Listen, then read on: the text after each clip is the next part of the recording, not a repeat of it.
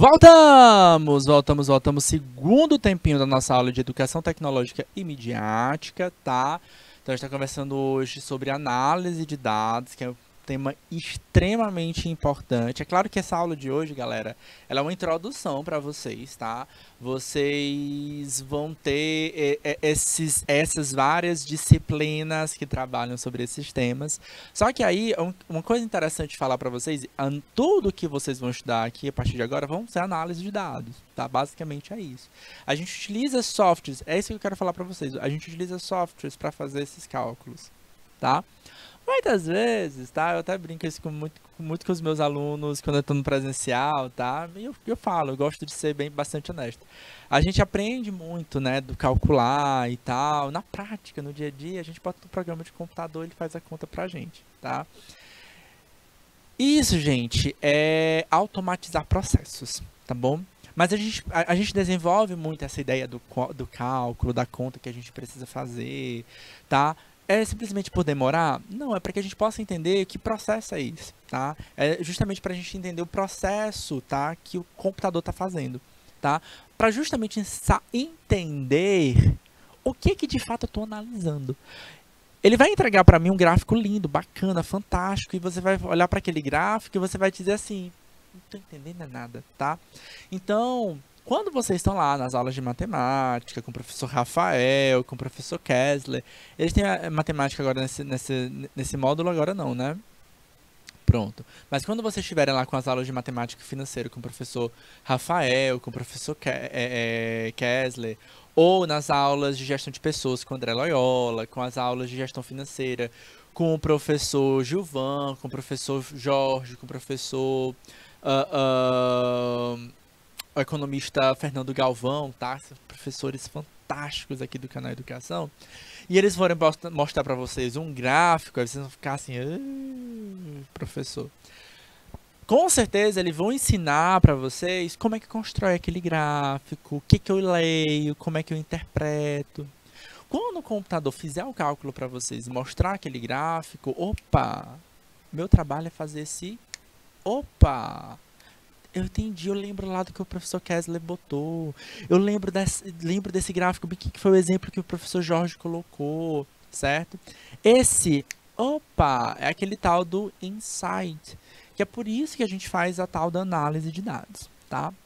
A gente terminou o primeiro tempo da nossa aula falando sobre uma técnica, um procedimento, tá? Que, em outras palavras, é um software, tá? Que é do MRP, tá? O MRP, ou MRP1, tá? Ele analisa especialmente materiais, tá? Quem é que tem o interesse em trabalhar com materiais? Indústria, tá? Que utiliza recursos materiais para executar. Vou fazer bolo, tá? Então eu tenho que ter um controle dos ingredientes do bolo. Da farinha, do ovo, do leite, do fermento. Beleza? Ah, não, professor, eu faço artesanato, eu faço biscuit. Eu preciso ter controle desse material também, tá? Mas aí é aquela coisa, né? A empresa só funciona com material? Não, né?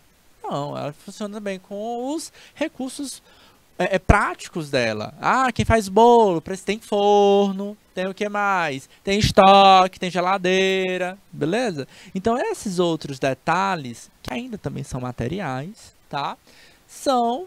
A gente vai ter que fazer uma análise com equipamento, com software ou com uma tecnologia um pouco mais robusta, tá? O que é isso, professor? A gente entra aí no tal do MRP2. Tá? Então, o MRP2, tá? É o Manufacturing Research Planning, tá?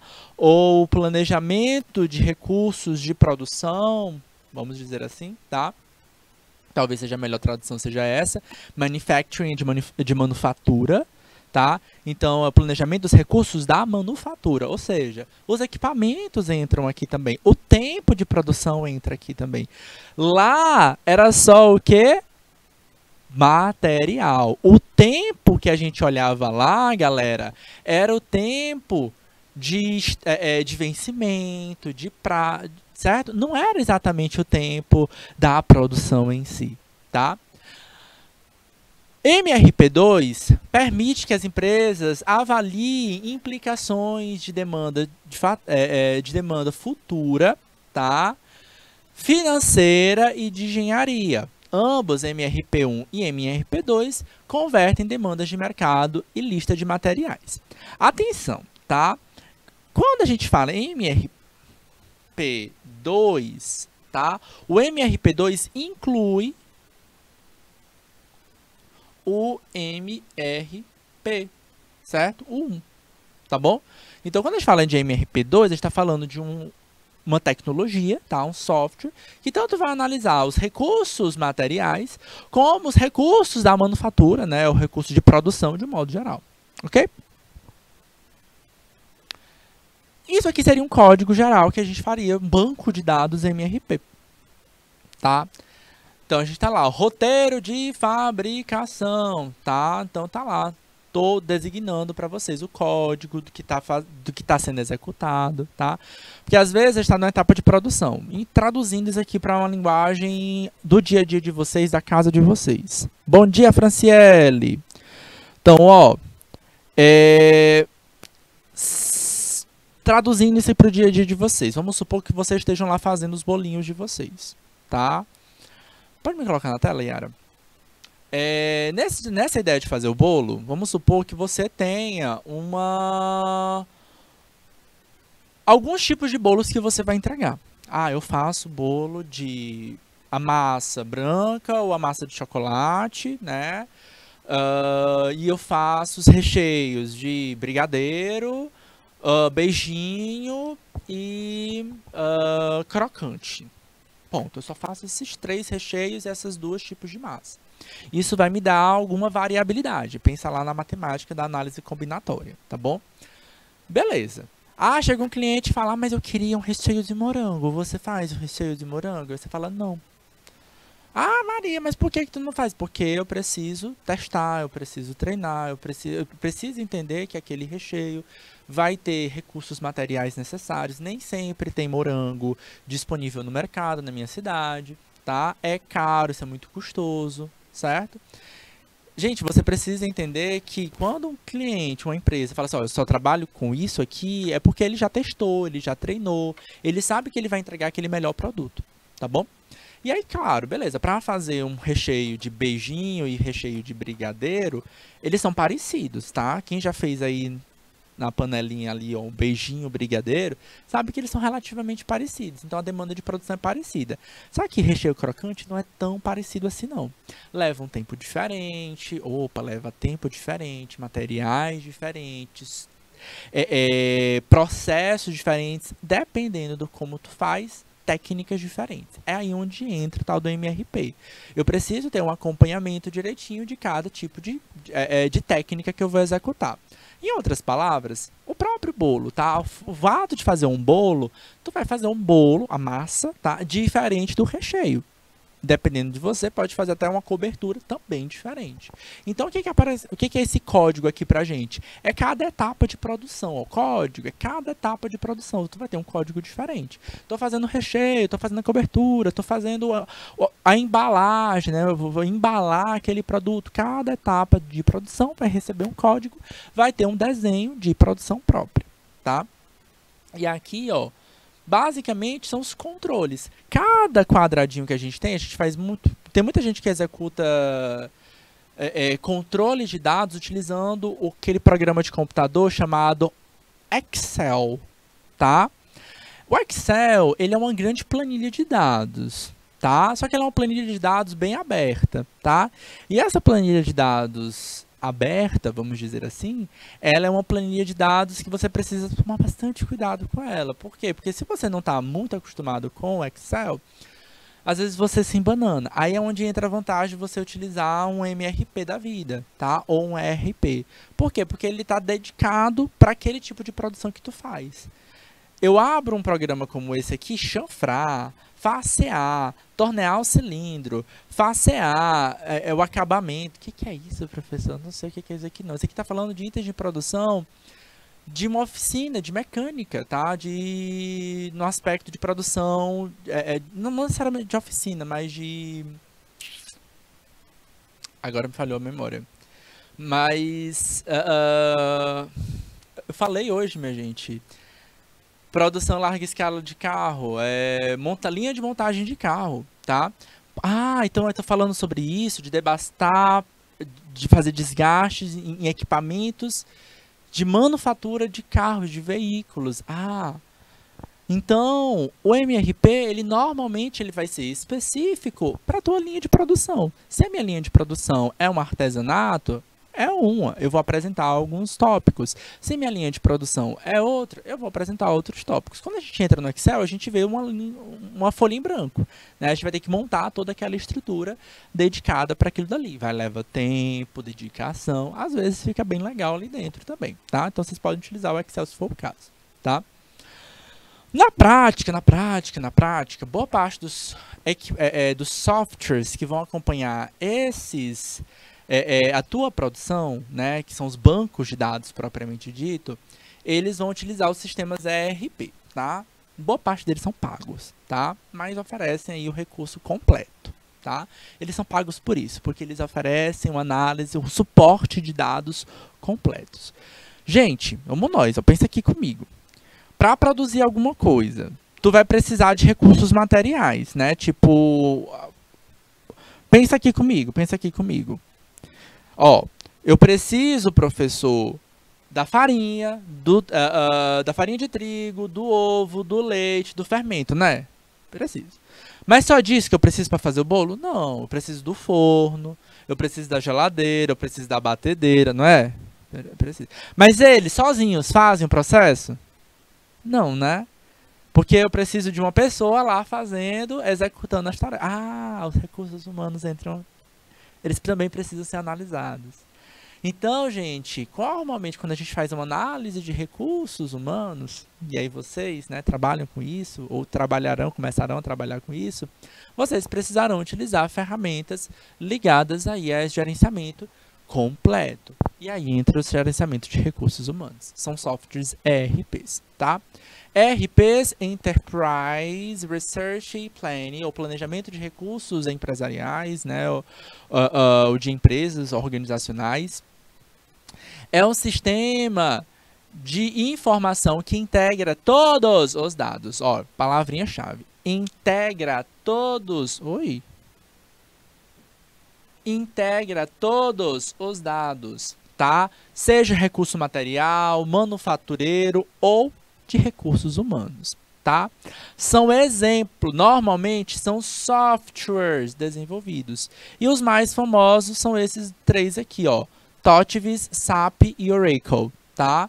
Então, quando você for lá atrás, você vai encontrar esses. Mas vocês podem encontrar outros. Professor, minha empresa trabalha com serviço, com comércio, tá? Inclusive, a gente tem eu tive alguns alunos aqui que saíram daqui, aí falaram assim, professor, eu tava no estágio, tá? E aí propus, né, para o chefe não usava nenhum software de gestão, tá? Tudo era no lápis, no livrinho, tá? Ele propôs levar pro chefe dele, tá? A utilização de um software, tá? O software em questão era um software base ERP. Por isso que eu tô citando esse tal de Pixel, tá? Porque, se eu não me engano, salvo engano, era este programa, tá? É só ele que existe? Não, tá aqui, TOTVS, SAP e Oracle são os mais famosos, tá? Esse Pixel provavelmente foi mais barato, encaixava mais com aquela realidade, com aquele perfil, e foi muito bem sucedido, tá? O chefe gostou, super validou, certo? Agilizou processos, tá bom? E ele pode fazer boas análises. Normalmente esses programas, tá? ERPs, fornecem pra gente, só para vocês terem uma perspectiva, MRP só analisa material, MRP2 material e recursos de manufatura. ERP eu vou analisar tudo isso e ainda vou analisar as pessoas, tá? Normalmente o que eles vão entregar pra gente? Gráficos, tá?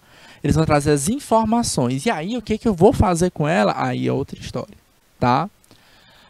Principais ferramentas que um programa ERP vai me passar, tá? Tá lá, histograma, diagrama de Pareto, tá? São alguns exemplos. Histograma, galera, é um gráfico, grama é um gráfico, tá? É um gráfico de barras que apresenta a distribuição de frequências e tendências de determinadas faixas determinadas, tá? Eu vou mostrar aqui histograma. Isso aqui são exemplos de histogramas para vocês. Olha só como a gente tem até nomes, classificações para esses histogramas aqui. Quando a gente se depara com um histograma, muita coisa pode ser influenciada, tá? Se eu vou olhar para ele, você vai dizer assim, ah, o certo é o quê, professor? Depende. Depende do que eu estou analisando, tá? Esse negocinho tá falando aqui pra gente o seguinte, ó. Tem como finalidade verificar a proximidade e aderência com a curva Gauss, tá? Isso aqui é o ideal. Ideal pra quê, né? Se eu tô pensando no sistema de produção, por exemplo, é isso que a gente vai focar, tá? Então pensa aqui pra mim, pensa aqui comigo, tá? Tu vai comprar uma Coca-Cola numa garrafa, aquelas garrafas PET de 2 litros, tá? E tá lá na embalagem 2 litros. O que tu acha? Que todas as Coca-Colas têm precisamente 2 litros? Será que elas têm precisamente 2.000 ml? Se eu fosse calcular ml por ml? Aí você vai dizer, não, professor, eu fui lá na loja e eu vi, ó, que tinha um volumezinho maior, outro volumezinho menor. Eu acho que não é a mesma coisa, não. Galera, quando a gente pensa em produção em larga escala, tá? De fato, uma coisa ser idêntica à outra é impossível, tá? Não é quase impossível, não. É impossível. É claro que a gente vai ter o nosso grau de aceitável, tá? Uma empresa como essa, uma Coca-Cola da vida, ela vai dizer, olha, beleza, eu estou colocando um líquido, tá? Uma Coca-Cola num frasco, dizendo que ele tem 2 litros de volume, certo? O que é aceitável para aquela empresa oferecer para o cliente? Será que é aceitável para a empresa encher 1,5 litro e dizer que tem 2 litros? É claro que não, né, galera? Porque isso aí é um volume muito abaixo, tá? Inclusive é vendido esse volume, 1,5 litro. Mas se eu estou vendendo, o que é aceitável? Ah, 1 litro 980 ml. Ah, perdi ali 20 ml. Será que isso é aceitável? Talvez não seja. 1 litro 998. Ah, com certeza isso é aceitável. Então, seja para mais ou seja para menos, a gente vai ter os nossos limites de aceitabilidade, tá? O gráfico simétrico, ele mostra isso, tá? Então, isso aqui é o nosso centro, é o nosso ideal. Cada barrinha dessa aqui, galera, cada barrinha é um lote de análise, tá? Então, eu quero analisar, por exemplo, a qualidade final do produto que chega para o meu cliente.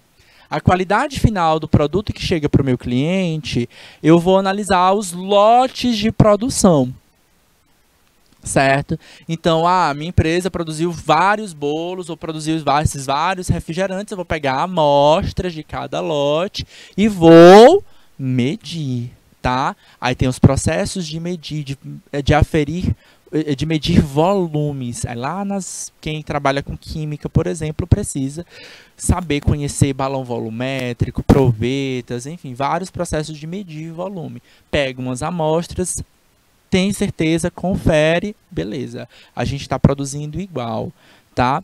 E aí, ó, a gente chama isso de classe, viu, gente? Cada barra dessa, a gente chama de classe. Tá? Cada classe dessa pode representar, nesse exemplo que eu estou passando para vocês, o quê? Um lote de produção. Aí eu vou ter o que eu considero o meu limite, tá? Não, meu limite de aceitar tá aqui, ó.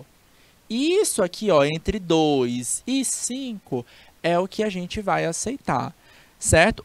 Baixou disso ou subiu disso, ultrapassou o nosso limite de aceitação. No exemplo que eu dei lá da Coca-Cola de 2 litros, vamos supor que a empresa, a Coca-Cola, eu não sei, viu, qual é o limite dela, tá? Mas vamos supor que ela aceite lá um limite de 0,2 litros, tá? 0,2 eu acho que é muito, 0,02 litros o limite dela seja esse, seja para mais ou seja para menos. E é isso que vocês vão observar, essa curva de Gauss, ó, para mais e para menos. Sempre é isso que vai acontecer? Não, tá? Aí a gente tem esses outros gráficos, assimétricos, despenhadeiro, dois picos, achatado, isolado, certo? Se isso acontece na tua linha de produção, nessas variações, algumas conclusões podem ser tiradas, tá?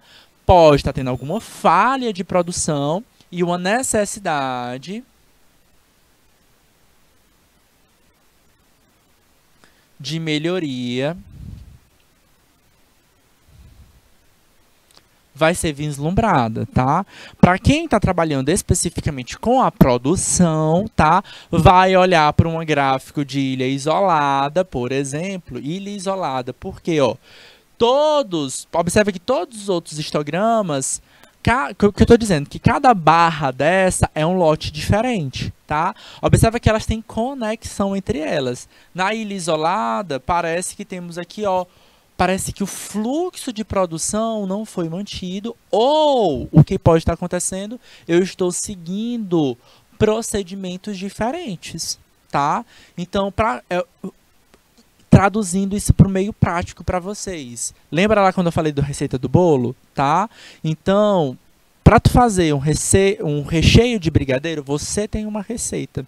Aí tu imagina que do nada uma outra pessoa chega, um colaborador novo chegue e faça um recheio diferente, tá? Tem pessoas que botam no brigadeiro creme de leite, tem pessoas que não botam creme de leite no brigadeiro. Tem pessoas que botam sal, sim, sal no brigadeiro. Tem pessoas que não botam sal no brigadeiro. Você vai falar, meu Deus, professor, quem é que bota sal para realçar o sabor? Tem pessoas que botam café no brigadeiro para realçar o sabor do chocolate. Cada um tem uma receita diferente, principalmente se esse produto vai chegar para o cliente final.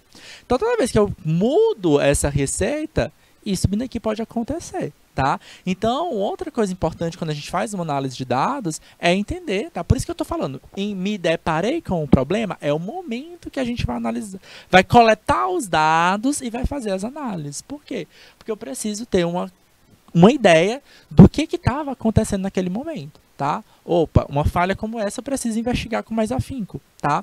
O que mudou? Será que a gente mudou será que a gente mudou a matéria-prima? Porque mudar a matéria-prima muda completamente, tá? Então, eu usei leite daquela marca lá, vou dizer o nome, tá? Leite moça. Não, agora eu usei o Italac. Vai afetar na qualidade final do produto? Pode ser que sim, pode ser que não, tá? Dependendo do produto, isso pode influenciar. Para quem trabalha com essa questão de confeitaria, de pastelaria, vai dizer, margarina pode ser, farinha pode ser qualquer um, mas o leite, não, o leite influencia, dependendo do produto que tu está fazendo. A marca pode influenciar, sim, diretamente na qualidade final, no sabor final. E isso é muito importante para o cliente. E, claro, vai ser muito importante para aquela empresa se manter. E isso vindo aqui pode ser resultado de uma análise de histograma, ok?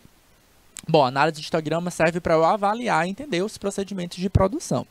Mas eu não vou analisar só isso. Eu posso fazer o quê? Eu quero solucionar o problema, não é isso que eu falei para vocês desde o começo da aula? Eu quero analisar o problema, professor. Eu quero saber o que causa um problema na minha empresa. Pois pronto. O diagrama de Pareto é uma das grandes soluções, tá? Ele serve para analisar e priorizar aspectos relevantes relacionados à qualidade de um produto.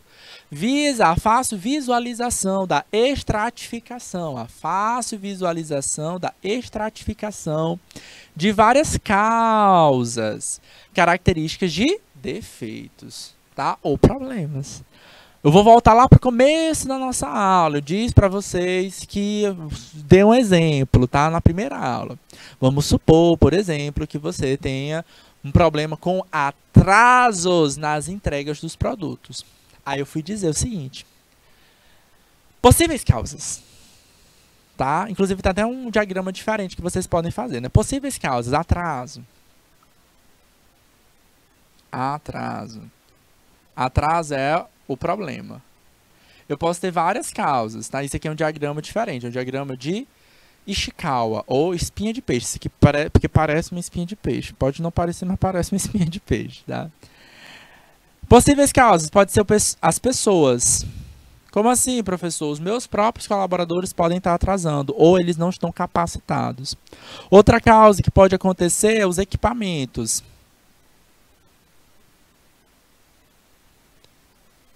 Eles estão defasados, tá? Aquela história lá do celular que tá lento, aí para tudo que tu faz, demora para processar, para carregar. Então o colaborador muitas vezes fica até de cara para cima porque tá demorando para carregar. Quem trabalha, por exemplo, com design gráfico, tá? Precisa de equipamentos um pouquinho mais, com processadores um pouquinho mais robustos, tá bom?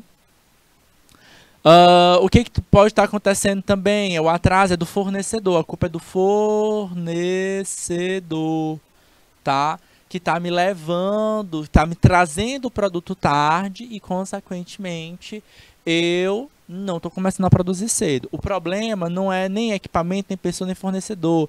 É estoque.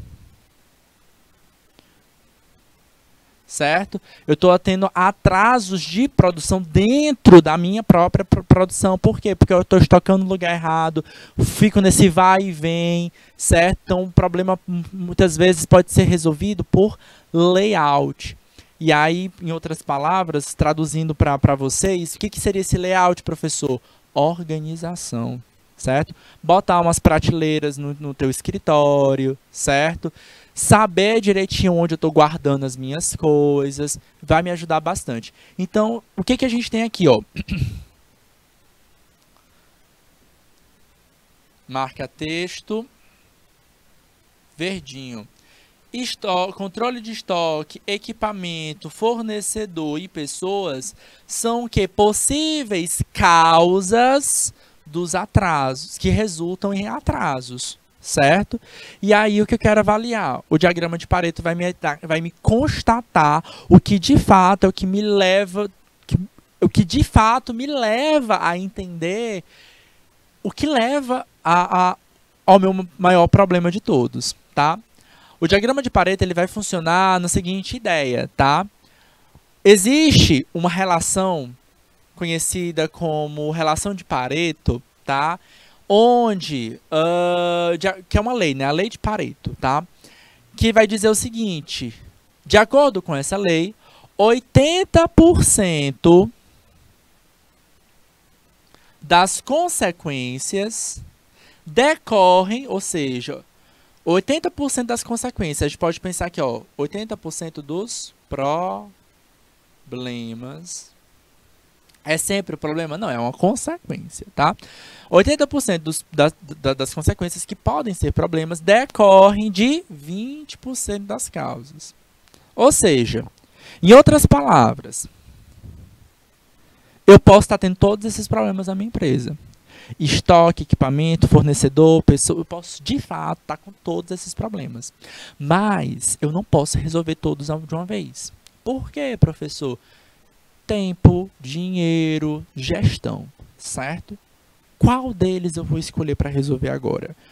O que está me dando mais problema, certo?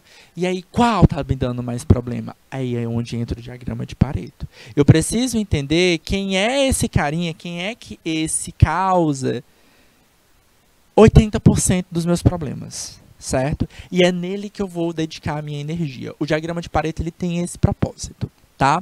Eu vou pegar todas essas possíveis causas, eu vou contabilizar, eu vou analisar as frequências dos problemas que geram, tá?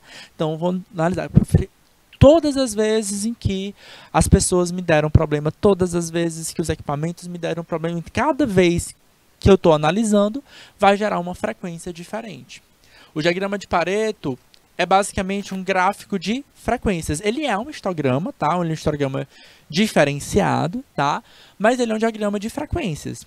Onde, de novo, ó, cada barrazinha dessa é uma ocorrência, que a gente também chama de classe, tá?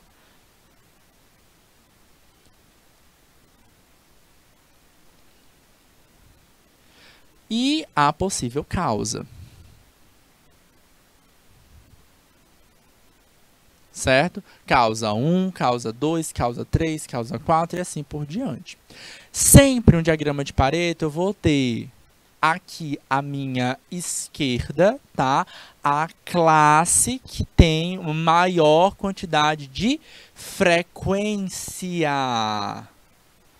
de ocorridos. Eu sempre vou ter essa linha, da mais, a que acontece mais, da que acontece menos. A que acontece mais, gente, claramente vai ser ela a principal causa dos meus problemas. Só que o que acontece? Por que eu preciso desenhar o diagrama de Pareto? Porque eu preciso encontrar essa relação do 80-20. Essa é a grande ideia. Eu preciso encontrar quem é que está aqui, ó, fechando os meus 80% dos problemas. Então eu tenho que focar aqui, ó, nesses 3 principais ocorrências que estão me levando ao quê? A 80% das minhas causas. Certo? Aí lá nas aulas com o professor Jorge, ele vai ensinar vocês não só a analisar, como também a construir diagramas de Pareto, tá? Mas galera, vou ser bem prático para vocês. Eu inseri, quem já abriu um Excel, comenta aí para mim no chat, tá? Quem já utilizou ou já abriu o programa Excel no computador ou no celular, galera? Esse programa, ele é gratuito para o celular, tá? Excel, ele é uma planilha de dados, tá? E à medida que você vai preenchendo a sua planilha de dados, ela tá bem organizadinha, lá no Excel mesmo, ele gera esse diagrama de Pareto com clique, tá? Tu vai lá em inserir gráfico e ele dá a opção pra gente, gráfico de histograma, diagrama de Pareto. Então tu faz um clique, ele calcula, ele gera esse gráfico pra gente, tá? Lá nas aulas de gestão financeira, tá? Não sei se vai ser com o professor Gilvão, com o professor Jorge, ou com o professor Galvão, ele vai ensinar para vocês não só a ler um diagrama de Pareto, tá? E calcular direitinho, ó, qual é esses 20% das causas que a gente tem aqui, que a gente vai focar, que a gente vai gastar a nossa energia na nossa empresa, tá? Como ele também vai ensinar vocês a construírem na mão, porque dá para vocês construírem na mão também.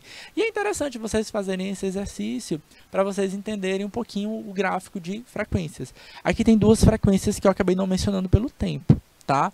A gente tem, ó, uma frequência de ocorrências por si só, tá? E a gente tem a frequência que a gente chama de frequência acumulada. A gente meio que soma todas essas frequências e faz uma subtração, tá? E aí, a partir disso, a gente vai gerando mais e mais informação. O que eu quero aqui? Os 20%, tá? Das causas para a gente gastar energia, tá? Então, a energia que eu estou falando aqui é energia física, tá? Eu vou me dedicar a fazer mudanças no que está me promovendo o problema, certo? Ah, está me promovendo o problema é o equipamento, então eu vou ter que pensar no investimento, comprar um equipamento novo, tá? O que está me causando problema é o colaborador. O que do colaborador? É o atraso dele, então eu preciso ter um processo de gestão de pessoas ali mais acirrado, né? Então, é um colaborador que está só fazendo o básico, tá? Então eu vou incentivar ele a produzir mais. Como é que a gente pode incentivar mais, tá? Talvez tenha que ter mudanças na política de relacionamento com o teu colaborador, tá? Na política de benefícios, por exemplo, participação nos lucros, tá? Temos problemas com isso em algumas empresas, tá? Aquele colaborador que é contratado, por exemplo, só para carga horária, para cumprir uma carga horária, ele só vai querer cumprir carga horária, tá? Então, tanto faz ele vender 10 ou vender 100, ele vai ganhar o mesmo salário. Agora, se ele tem um incentivo ali por trás, tá? Um plano de incentivos. Então, tem incentivos, tem benefícios, tá? Que podem ser inseridos ali naquele processo para poder motivar esse colaborador. Tudo isso pode influenciar tudo isso pode influenciar na motivação do nosso colaborador. Atenção, mas só que incentivo e benefícios geram custos para a empresa, tá? Então, sempre que a gente vai fazendo essa análise, o financeiro vai falar alto também, tá bom? Bora nós! Informações geradas no gerenciamento de pessoas, tá? O que a gente pode gerar, o que a gente pode analisar quando a gente está falando especificamente para vocês, tá? Do curso técnico de recursos humanos, tá? Total de alinhamento com o planejamento estratégico da gestão de pessoas, formulação de objetivos, relatórios sobre remuneração, tá? Aquele colaborador que cumpriu a carga horária direitinho, que chegou ao fim do expediente direitinho com a total produção, que atingiu os objetivos estabelecidos, as metas, tá? Muitas empresas acabam trabalhando também com metas, tá? Então, aquela coisa, você tem que atingir a meta, tá? Qual é a minha meta? Vender 100 produtos no mês, vender 1000 produtos no mês, tá? Conseguir bater essa meta, às vezes não é produto, tá? Normalmente tem a ver com valores, tá? Vendi R$1 milhão, né? Nossa, professor, isso tudo, mas o pior que é, viu? Mas o pior que é esse valor bem aí que aparece para vocês. Quando a gente fala assim de R$1 milhão, galera, parece que é assim muito, mas para a empresa nem sempre é isso tudo, tá? Porque depende do produto que você está falando, tá? Às vezes o produto ele já custou muito para aquela empresa, tá? Então o produto que tu tá cobrando ali os R$1.000 tem um custo muito elevado para que ele cobre os R$1.000, tá? Ele pode estar gastando aí pelo menos ao todo, né, pagando funcionário e tudo, cerca aí de R$400, R$500 por produto, tá? Então tem muito valor envolvido, tá? Bateu a meta de 1 milhão, não é um colaborador que vai bater a meta sozinho, tá? Vários colaboradores têm essa meta. Então, em um gerenciamento de pessoas, tá? A gente vai ter esse olhar, tá? Aquele olhar de bater as metas, superei essas metas, tá? Isso vai ter um relatório muito importante para o pagamento. Gente, a gente tem duas coisas chamadas. Eu não sei se o professor André Loyola está com vocês, é com ética, né? Ética, mas próximo semestre ele vai entrar com vocês e vai falar sobre gestão de pessoas. Ele vai estar com vocês com essa disciplina específica, tá? Próximo módulo. E aí quando a gente entra em gestão de pessoas, tá? A gente entra numa coisa chamada recompensa de pessoas, tá? O que é recompensar pessoas, tá? Ou recompensar talentos? Recompensar a primeira coisa que a pessoa vai pensar é pagar, né? Afinal de contas, a gente, como colaborador, né, como funcionário, como stakeholder, tá? Que é um terminho que aparece muito para vocês, tá? Eu estou gastando minha energia física, mental, mas a minha energia, minhas competências com essa empresa, estou me doando para essa empresa, a empresa me recompensa com pagamento, tá? A primeira coisa que a gente pensa quando a gente pensa no pagamento é o salário, né? Eu recebi tantos reais de salário. Só que não tem só isso, tá? O salário que a empresa paga ela é mais do que isso, porque entram aí alguns benefícios e entram também incentivos, tá? Benefício está associado aí a plano de saúde, alguns benefícios são obrigatórios, tipo INSS, FGTS, porque a CLT garante que a empresa tenha que pagar isso, tá? A empresa ela pode ir além, oferece também um plano de aposentadoria a mais. Isso pode ser um benefício que vai chamar a atenção daquele colaborador. Por que eu vou trabalhar na empresa A ou na empresa B? Oferece mais benefícios. Um plano de saúde chama muita atenção de muitos colaboradores, mas isso é um custo para a empresa. A empresa arca com essa despesa, tá? Embora o colaborador não receba aquele dinheiro, tá? Mas é um benefício interessante. Motiva os colaboradores a se manterem, por exemplo, na empresa, tá? Então, quando a gente entra nesse processo de recompensa de pessoas, a gente tem que entender também que vão influenciar, por exemplo, um outro aspecto da gestão de pessoas, que é o processo de manter. O que me faz um colaborador se manter na minha empresa? Vários fatores. Um benefício pode ser isso. Ou um incentivo. O que é um incentivo? Aí sim.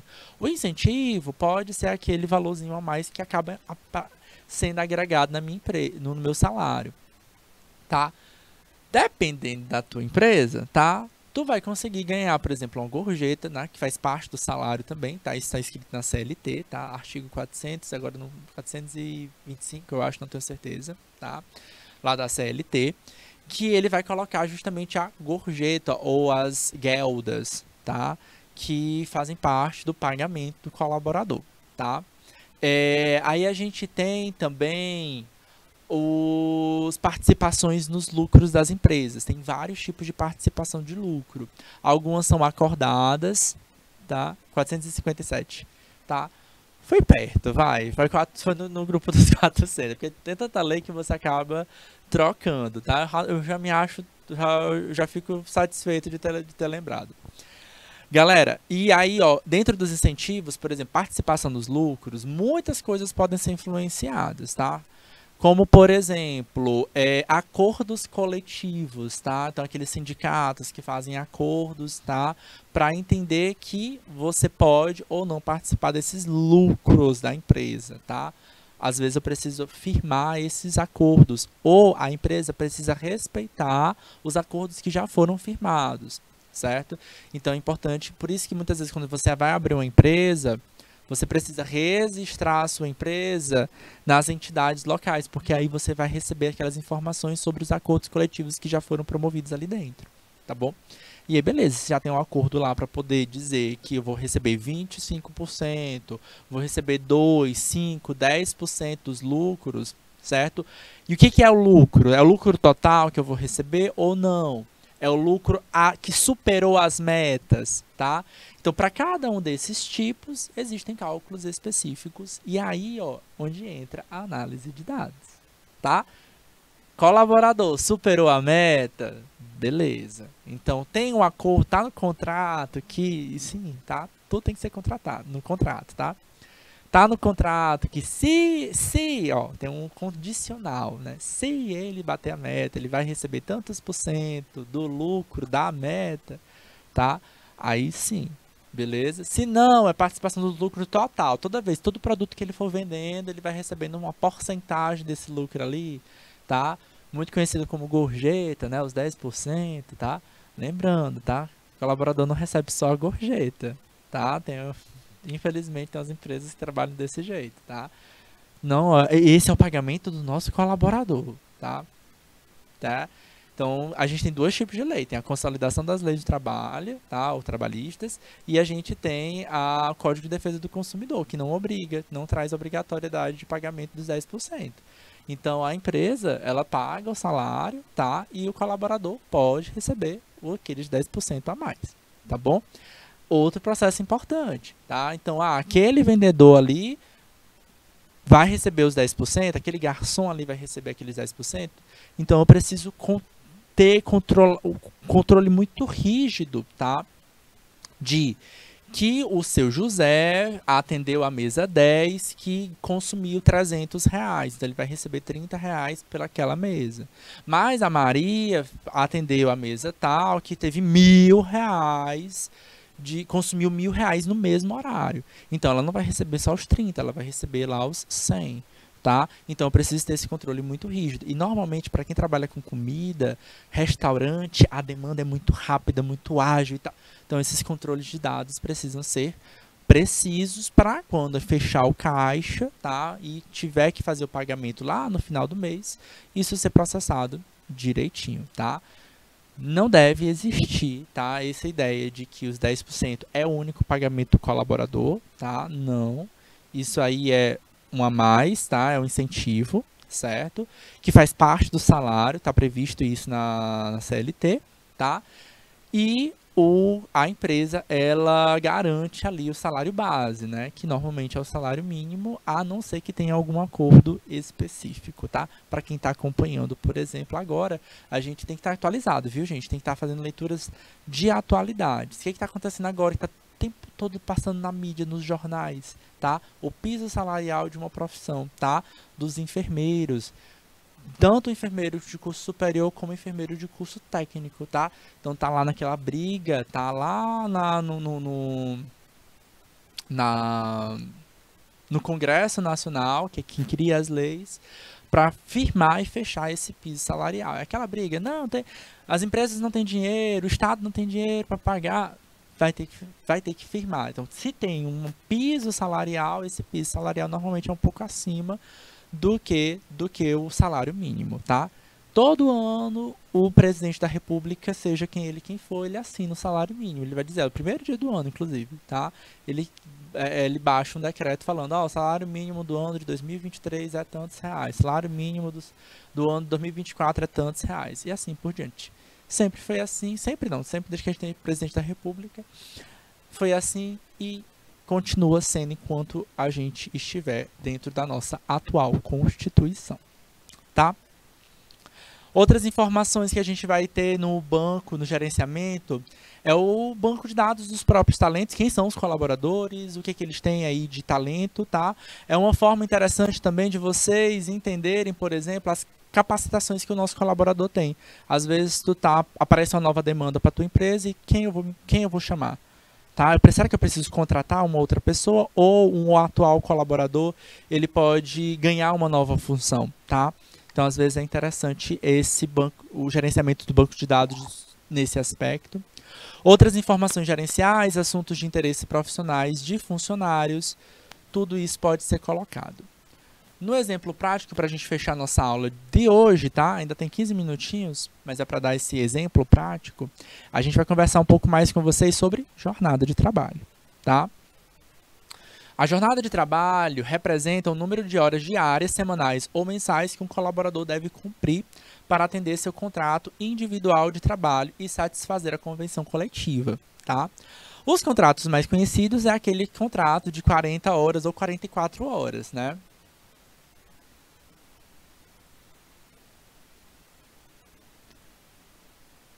Professor, que contrato é esse? É um contrato de horas semanais, tá? Que normalmente atende uma demanda comercial. Aquele contrato que você entra 8 horas da manhã e sai 6 horas da tarde. Você tem 2 horas de folga. O que a legislação vai dizer sobre isso? Você tem que ter obrigatoriamente as 2 horas de folga? Não, tá? Mas que você vai ter uma folga, tá? Para almoço, por exemplo, quando você trabalha a mais de 6 horas por dia. Tá? Então, trabalho mais do que isso. Normalmente, entra 8 e sai 6, você tem aí 8 horas de trabalho naquele dia. Você tendo aí pelo menos 1 hora de descanso. Pelo menos 1 hora de descanso. Normalmente, as empresas acabam trabalhando uma jornada de trabalho no horário de almoço convencional, é aquelas 2 horas ali. Mas o horário é ali pelo menos 1 hora de descanso. A jornada prevê determinado horário de entrada e de saída em dias úteis, tá? Com tolerância, com tolerância para atrasos e antecipações, certo? Algumas empresas, elas nunca param, tá? E aí, a gente pode... Às vezes, meu contrato não é de 40 horas, professor. 40 horas é para quem trabalha de segunda a sexta, tá? 44 é para quem trabalha de segunda a sábado, e aí aquele horário comercial é só o horário da manhã, tá? Tem gente que é contratado 20 horas semanais, ou seja, trabalha só um turno, só de manhã, só de tarde. Para esse pessoal, não tem folga, tá? É o horário de descanso, tá? E tem o contrato também daqueles contratos de 30 horas, tá? Que normalmente aquela pessoa que trabalha também só um turno, tá? Mas entra às 7 horas da manhã e vai até 1 da tarde, certo? Beleza? Também são cargas horárias típicas da nossa CLT. Só tem isso? Claro que não, galera. Tem pessoa que trabalha de plantão, né? Aí tem jornada de trabalho, tá? Vai ter as consolidações para esse tipo de jornada de trabalho, tá? Dependendo se você está dentro dessa jornada de 20 horas ou 30 horas, você pode fazer as compensações, tá? Então, se é uma empresa que é o dia inteiro, mas eu trabalho 20 horas, será que eu posso chegar atrasado? Tá? E se eu chegar atrasado? Entrei aqui agora, meu horário é sempre 7 horas da manhã e vou sair às 13 horas, né? 30 horas, de 30 horas semanais, tá? Será que eu poderia entrar um pouquinho mais tarde, sair um pouquinho mais cedo, certo? Ou não? E aí, para onde é que vai essas minhas horas a menos, tá? Dependendo da empresa, tá? Dependendo do fluxo de trabalho, podem existir o que a gente chama de banco de horas de trabalho, tá? Existe uma carga horária que a legislação prevê e existe gestão de fluxo de trabalho, tá? Lei vai determinar as bases, tá? Beleza, eu trabalho no horário de jornada de trabalho, 40 horas, 44, 20 horas, 30 horas. Isso aqui a gente está falando de horário comercial, tá? A gente não está falando de plantonista, que também está previsto lá na CLT, tá?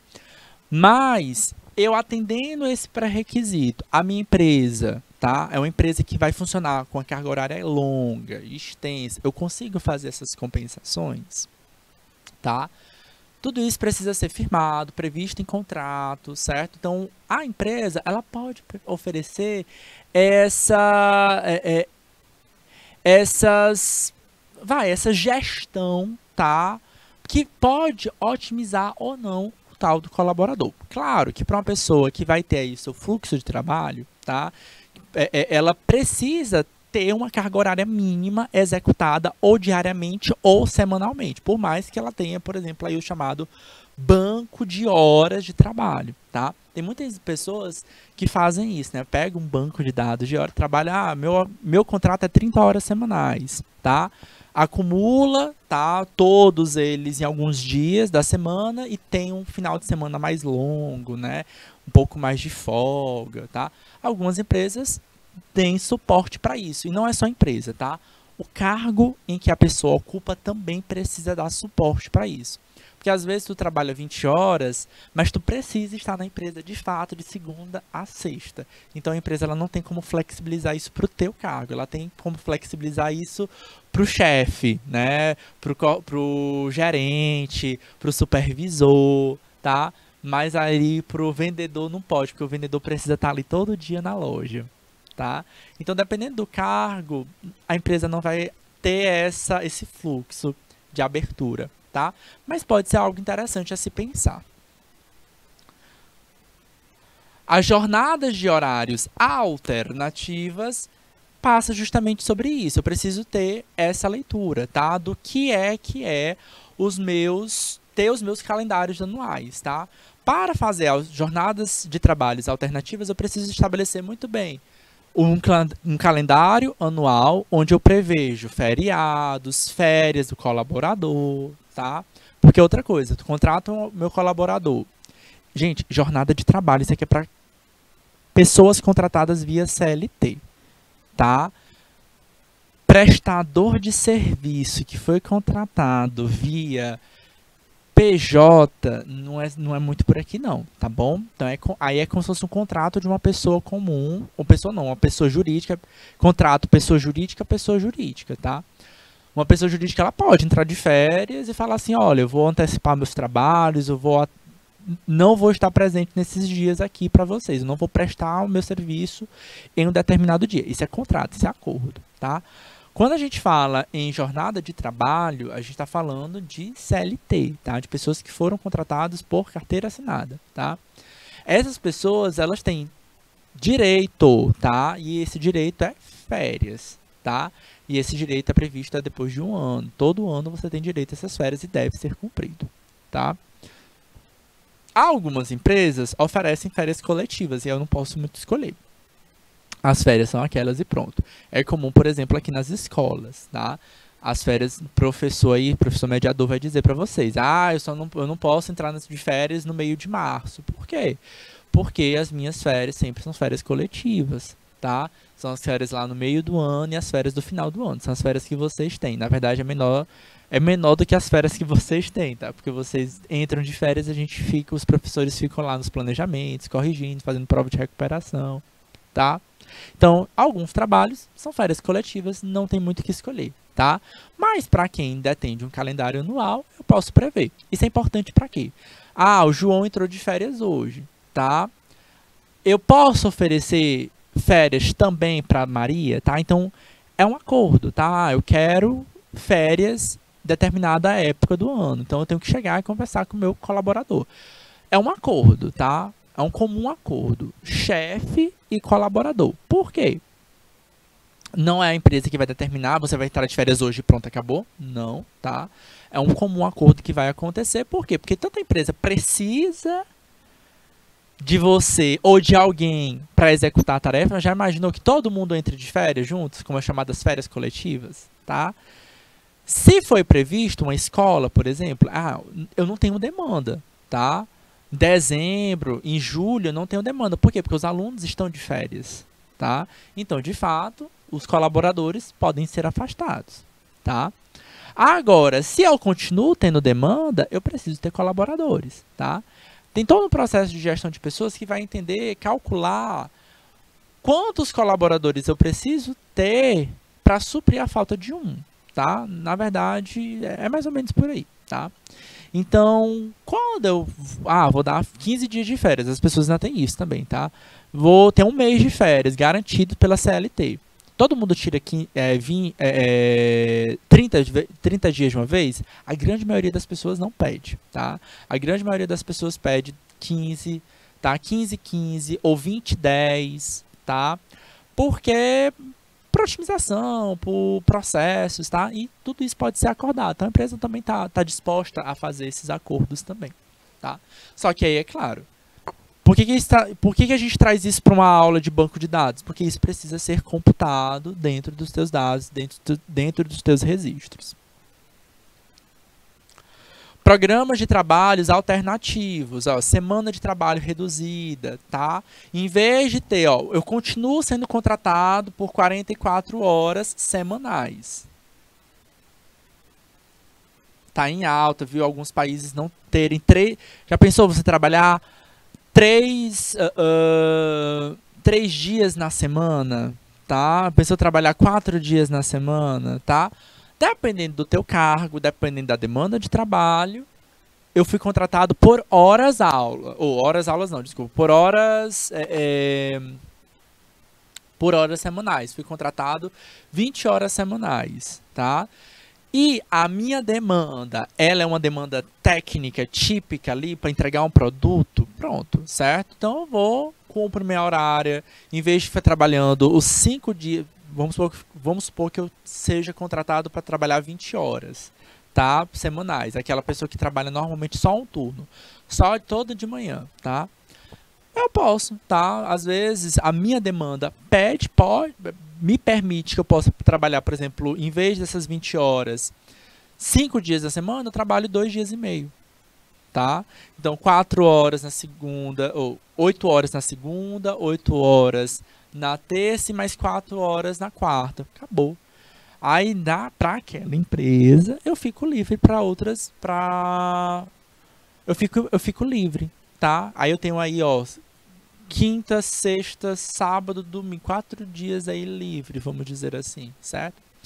Então, ó, a pessoa que trabalha 44 horas semanais pode não querer trabalhar os 5 dias bonitinho, pode reduzir aí para 4 dias na semana de trabalho, certo? Existem algumas propostas no mundo inteiro, tá? Isso é uma crescente, tá? O fim de semana de 3 dias, tá? Tem muitos países que estão discutindo essa prática por conta de uma coisa chamada qualidade de vida, tá? É uma crescente e provavelmente isso já... Não, e provavelmente não. Isso já está sendo implantado em muitas empresas aqui no Brasil e é uma coisa que deve ser vislumbrada e deve ser olhada por pessoas, tá? Agora, claro, tá? Quem é que pode executar isso? A gente precisa entender demanda, tá? Demanda que essa empresa tem. Horário flexível, tá? Gente, banco de horas, semana de trabalho reduzido, não significa dizer que você vai trabalhar menos, tá? Tu continua com as 44 horas trabalhadas, certo? A única coisa que a gente está dando é flexibilidade, certo? Tem um exemplo ótimo aqui no banco de horas, é o seguinte, tá? As pessoas que trabalham, por exemplo, 30 horas, tá? Mas a empresa funciona o dia inteiro, tá? Aí, normalmente, quando a gente fala de 30 horas, a gente pensa na pessoa que entra 7 da manhã e sai 1 da tarde, ou que entra 1 da tarde e sai lá 7 da noite, mais ou menos isso, tá? Gente, quando a gente tem esse tipo de demanda, tá? Uma empresa que funciona o tempo todo, tem muitas pessoas que falam assim, não, permite que o colaborador faça... Eu tenho um horário que precisa ser obrigatório, tá? O colaborador precisa estar lá de 10 da manhã às 11 horas ou de 2 às 4, por exemplo, tá? E aí permite uma flexibilidade. O colaborador, por exemplo, que tem criança, que vai deixar a criança na escola, certo? Ou que tem um pai que precisa cuidar dele. Então, ele consegue chegar um pouco mais tarde e sair um pouco mais tarde. O outro consegue chegar um pouco mais cedo e sair um pouco mais cedo. Então, a gente tem esses laços de flexibilidade que são interessantes. Tudo isso precisa ser computado através do banco de dados. A gente vai registrando pelos pontos, tá? Seja assinando no papel ou na digital. E aí isso vai ser computado e gerado lá no a receita final. A grande ideia é que o produto final seja o análise de dados para saber se você vai ser compensado, vai receber as recompensas, que são as férias, que são o salário final. Galera, fim da nossa aula de hoje, tá bom? A gente vai entrar agora no intervalo e logo mais a gente volta com o projeto de aprendizagem interdisciplinar. Até lá. Tchau, tchau.